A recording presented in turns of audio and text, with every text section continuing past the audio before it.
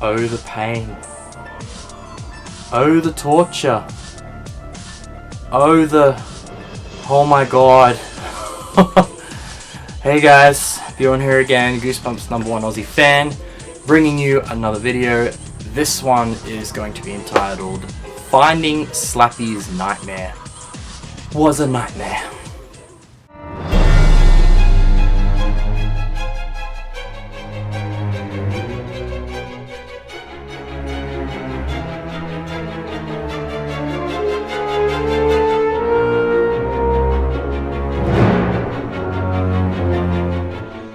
So yeah guys, you can probably already guess what this video is going to be about just from the description. Yeah, 15 years of collecting Goosebumps, right? Now there's that one book that you just search everywhere for and you can't find, right? There's always that one book. Well, that one book for me was Slappy's Nightmare. Literally, it was a nightmare finding that book. It was a B-I-T-C-H. I don't want to swear guys, I'm sorry, but you know what I'm saying. It was a to find, okay? Started collecting Goosebumps when I was 5, right? So I didn't even know the Series 2000 books existed till I was probably about 12 or whatnot, when I really started getting into it when I was a bit older, you know? But you know, one day when I found my first Series 2000 book, which was actually Bride of the Living Dummy, I found that at a collectible shop which had like toys and whatnot, and I actually got a few of my Goosebump toys from there, but more like board games and things I found there. But there was a couple books as well, and one of them was Bride of the Living Dummy. And yeah, that was the first Series 2000 book I had found. So I started, you know, as going through my travels, I started finding more and more of them. It was weird, like I wasn't finding any for so long, and then all of a sudden I was just finding so many of them, you know what I mean? Like, you know how like when you look for something, you can't find it, but then when you finally do find it, you find like another 3 of them, like not long after. It was kind of like that with the Series 2000 books. I found one, and then I started finding them everywhere. Whenever I was finding Goosebump books, I was finding the odd one or two. So my collection of Series 2000 books was growing and growing and growing. And yeah, I knew of the book existing.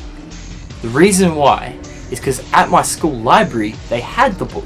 Goosebumps Slappy's Nightmare, Series 2000.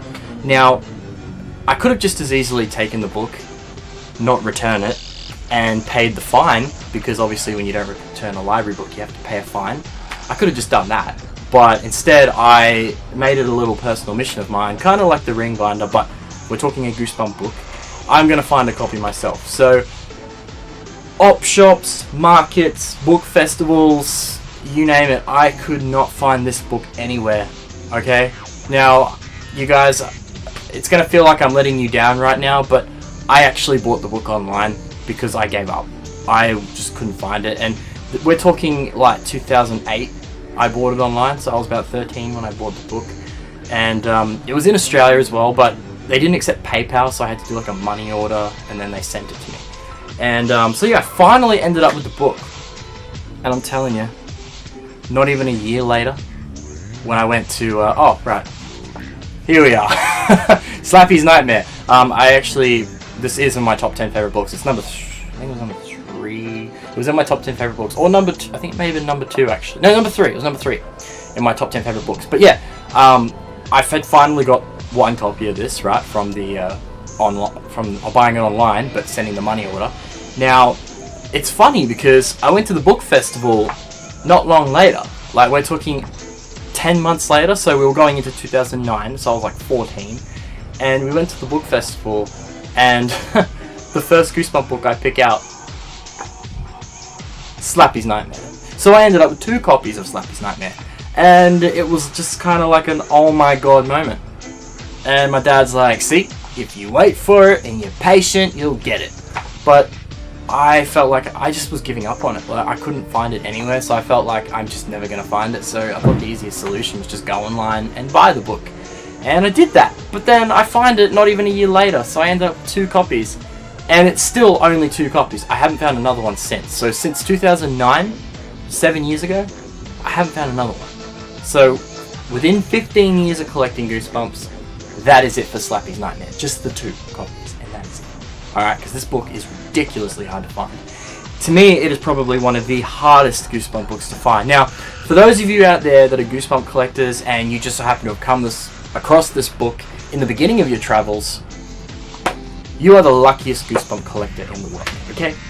Because it took me a long freaking time, and when I did find it, I found another one. So I ended up with 2. So, yeah, and they're both really good condition as well, so that's the awesome thing. They're both they're amazing. They're both perfect condition, so at least the ones I have are really good condition. But to those of you who ended up finding the book like straight away, kudos. Alright, awesome, very, very lucky indeed.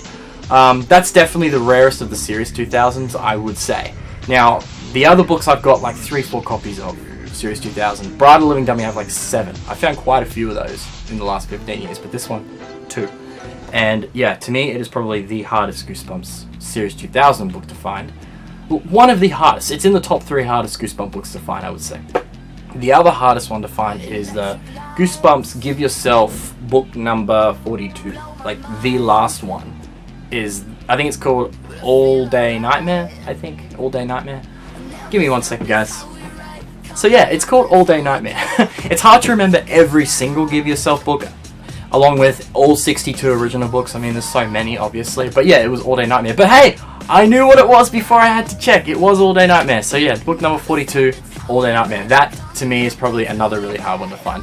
Actually, and the Body Squeezers one. It's a special edition, a special edition Give Yourself one. There was another Body Squeezers one. I think it was like, I can't remember that one. It was Body Squeezers though. I know, Invasion of the Body Squeezers. It was one of them. But that was actually a really hard one to find as well. But I ended up, I think, 3 copies of that one. But the All Day Nightmare one, I've actually only got 1 copy of. So, yeah. But getting off topic, this is about Slappy's Nightmare, alright? It was a freaking nightmare to find it, okay? But yeah, to those of you that ended up finding it within the first 6 months of collecting Goosebumps, congratulations! You earn a Goosebump book collecting trophy, okay? Because that is freaking amazing.